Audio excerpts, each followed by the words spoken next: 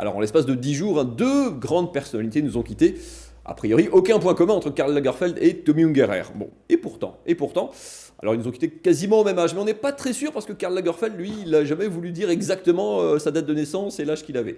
C'est une forme de coquetterie un petit peu. Ils en avaient tous les deux un petit peu des coquetteries parce que ils utilisaient déjà pas leur vrai prénom. Karl Lagerfeld, son vrai prénom c'est Karl Otto Lagerfeld. Et puis Tommy, c'était pas son vrai prénom non plus. Il s'appelait Jean-Thomas Ungerer, mais ça marche quand même. Alors au rayon point commun, bon, il y a des faciles. Ils avaient forcément un petit peu âgé, des cheveux blancs et des lunettes noires. Ça c'est simple. Au niveau mode, gilet jaune pour l'un, écharpe rose pour l'autre. Bon, c'est pas une grande différence. Lagerfeld était plutôt mitaine, vous le savez, plutôt croque-mitaine pour Tommy Ungerer. L'un était plutôt catogan et l'autre plutôt cathédrale, mais ça fait pas une grande différence non plus. Et surtout le premier dessinait des vêtements pour habiller les femmes. Tommy Ungerer, lui, préférait les déshabiller en dessin et puis en vrai aussi d'ailleurs, on peut le dire maintenant. Alors, ce qu'il partageait surtout, c'est un goût pour les animaux. Alors, Tommy Ungerer, on le sait, lui, il a dessiné plein d'animaux, des éléphants, des chats, des chiens, des pieuvres, tout et n'importe quoi ou presque. Karl Lagerfeld, lui, il aimait surtout les chats. Enfin, il aimait un chat. Enfin, il aimait son chat, surtout. Alors, moi, je n'avais jamais entendu parler du chat de Karl Lagerfeld. Alors, c'est une star. Ce qui est très étonnant, c'est que son chat, en l'occurrence une chatte, elle s'appelle Choupette. Non, sérieusement, Choupette, quoi. Le mec, c'est un génie créatif qui a révolutionné la mode, il créait, il dessinait. Et son chat s'appelle Choupette, c'est quand même le nom le plus dépourvu d'imagination et de créativité. Juste après Minette, il aurait pu... Non mais Choupette, sans déconner, c'est pas vraiment un nom. Alors c'est une vraie star, j'ai découvert, moi je connaissais pas du tout Choupette, elle a un compte Instagram par exemple, Choupette, elle met ses photos, tout ça.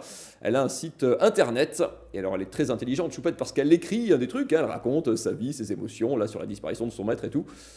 Bon, elle est très intelligente, ou alors peut-être qu'il y a un humain qui écrit pour elle derrière. Mais en même temps, c'est ça les stars, c'est d'avoir quelqu'un qui fait le boulot pour vous derrière. Elle a même une page Wikipédia, Choupette, où on peut apprendre sa vraie date de naissance au jour près.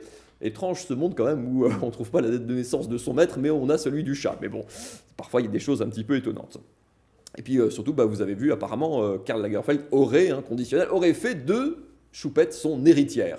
Alors ça, c'est quand même assez incroyable. C'est elle qui pourrait hériter de son argent, de sa fortune. Alors ce chat, on va revoir, c'est un sacré de Birmanie, c'est la race. Alors on les distingue parce que les sacrés de Birmanie, ils ont des petits gants blancs, comme des mitaines, comme son maître. C'est incroyable au bout des pattes. Et les sacrés de Birmanie, alors c'est étonnant parce que ce chat, on avait le chat botté, là c'est le chat blindé du coup, elle est riche à millions.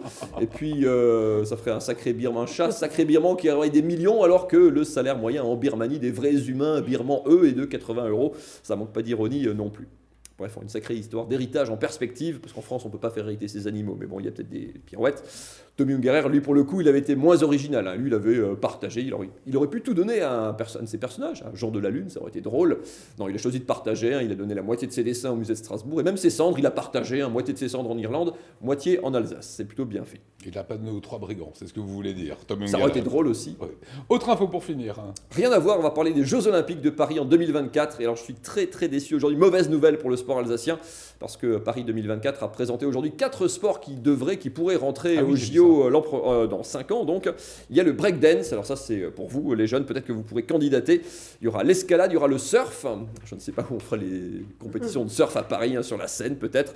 Mais pareil, ça c'est encore une discipline où les Alsaciens sont pas géniaux. Et il y aura peut-être le skateboard, qui est officiellement donc proposé par Paris 2024. Alors en skateboard, bon, moi je mise une petite pièce sur Valérie Zago, qui est la reine du frontside 180 dans les rues de Colmar sur sa planche, mais tout ça quand même en termes de médailles en 2024, ça me paraît un peu difficile pour le sport alsacien, alors que toute l'Alsace espérait que le billard allait rentrer aux Jeux Olympiques, le billard qui avait officiellement candidaté pour rentrer, et là on avait un crack absolu qui nous aurait rapporté des médailles à coup sûr. Il s'appelle Florian Kohler, il doit être très déçu ce soir.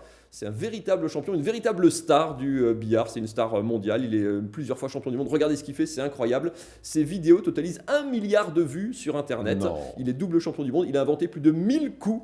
Et ben voilà, pas de billard au JO 2024, c'est une bien triste nouvelle avec lui, c'était la médaille d'or assurée. Adieu Karl, adieu Tommy et adieu le billard.